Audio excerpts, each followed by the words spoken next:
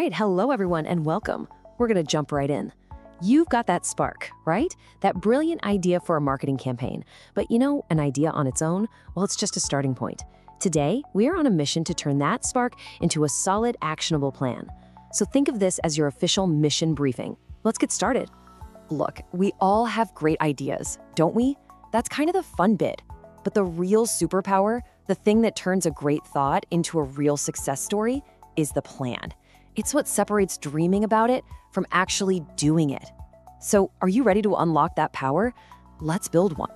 Every good mission needs a map, and here's ours. First, we'll define what a campaign plan even is. Then, we'll get into the blueprint. That's our goals and our audience. After that, the creative stuff, the big idea and where we're going to share it. And finally, we'll cover mission control. That's time and money. 4 simple steps to get you from an idea to real impact. Okay, let's kick off with section 1. Your mission is a campaign plan. It sounds simple, but it's so important. Every single great result starts with a great plan. I mean, you wouldn't try to build a house without a blueprint, would you? Marketing's exactly the same. So what is it really? Well, put simply, a campaign plan is your set of instructions. It's your step-by-step guide that takes you from that initial aha moment all the way through to a successful launch. It's what keeps everyone on the team on track and aiming for the same goal. Right, on to section 2, the blueprint. Now this is the intelligence gathering part of our mission.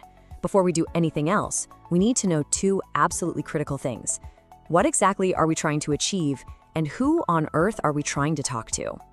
First things first then, your objective. A vague goal like, let's increase brand awareness, is a bit like saying, let's fly in the general direction of the sky. It's not really helpful, is it? In marketing, we need to be precise, and for that we use a brilliant little tool called the SMART framework. Think of this as your checklist for a solid goal. SMART stands for specific. What exactly do you want to do? Measurable. How will you know you've done it? Achievable. Is it actually possible? Relevant. Does this even matter to the business? And finally, time-bound. What's the deadline? This is how you turn a fuzzy wish into a concrete target you can actually hit. Okay, so once you have your SMRT goal, you absolutely have to know who you're talking to. Honestly, launching a campaign without a defined audience is like sending out a message in a bottle. You're just hoping someone finds it. Knowing your audience gives your entire mission direction. It's your compass. Now, here is a fantastic example of a team that really knew its audience. The This Girl Can campaign from Sport England. They discovered that a fear of being judged was stopping millions of women from exercising. So they didn't show glossy, perfect models. They used taglines like this one, raw, real, and just so relatable. And the results? Get this. A staggering 2.8 million women said the campaign inspired them to get more active. That's not just a successful campaign, that is a genuine cultural shift. And it all started with understanding the real feelings of their audience. Just incredible.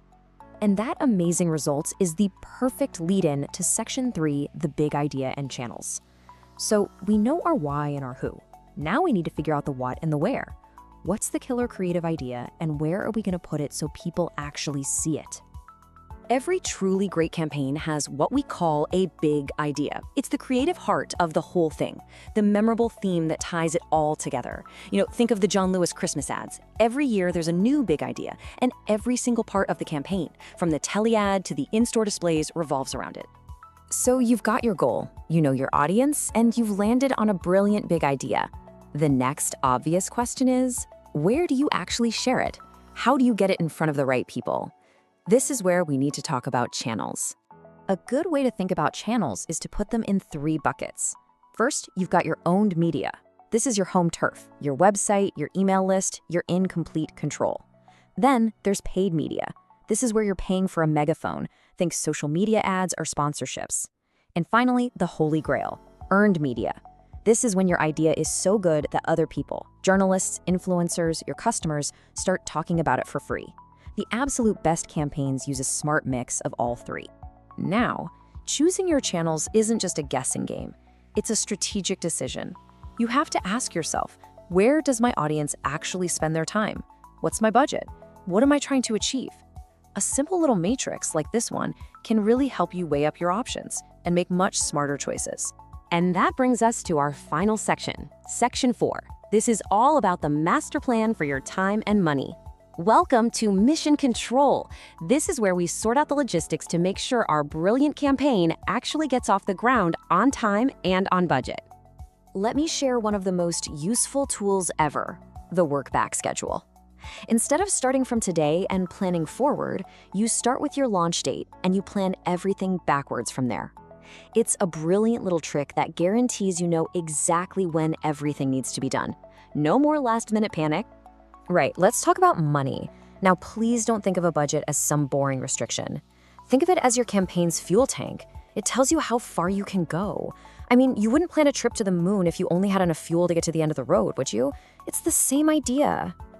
So, how you split up that budget depends entirely on your goals. This here is just one example. If you want online sales, you'll probably spend more on digital ads. If you're building a local community, maybe you'll spend more on events. Oh, and always have a little slice for contingency. That's your safety net for any unexpected surprises. Okay, mission debrief. What have we learned?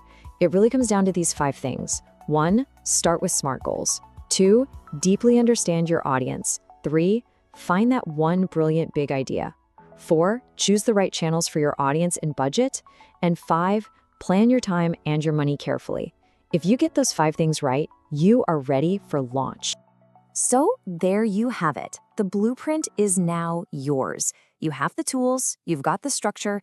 My only question for you is this: what is the very first concrete step you are going to take to plan your next marketing mission? Don't just think about it, go out there and make it happen. Good luck!